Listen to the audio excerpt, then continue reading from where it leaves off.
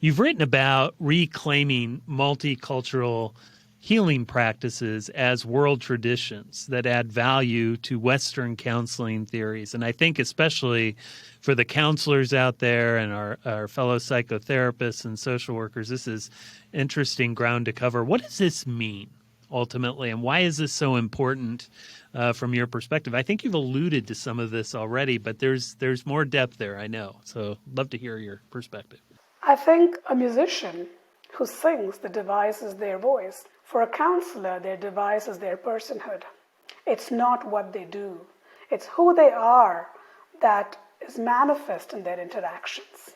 It's not what you do, but who you are. So having said that, I think as I've stayed in the counseling profession, I have appreciated the clarity and the structure afforded by younger Western theories as to why is there psychopathology, why is there dysfunction, and what can you do about it, what helps. And I think there's value in it. But I also come from ancient wisdom traditions that have healed themselves well before counseling was even a thing. And what about those communities? Is that also going to your larger question you had asked me earlier, that mental health services are something that the Western world is making up? Maybe in the way it is construed. Because you see, preventive practices are remedial practices in many of these traditions. And there's a whole lot of wisdom, whether it is all of us, no matter how different we are, live in a human body. Some of us with more levels of ability, and while others don't.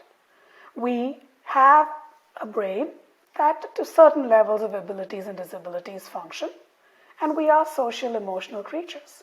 Now, each one of that is limited by disabilities and abilities, I understand, and there's culture, but there is a way to keep that body functioning well. There is a way to keep that mind engaged, and there is a way to keep our spirit, if you will. I'm talking about the human spirit and not the Holy Spirit.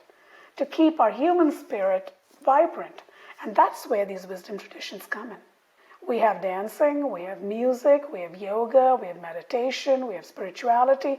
We have so many kinds of ancient traditions that were not because you had a mental illness or a diagnosis, but they figured out through practice, you do it, things make a whole lot of better sense. You're able to navigate life better.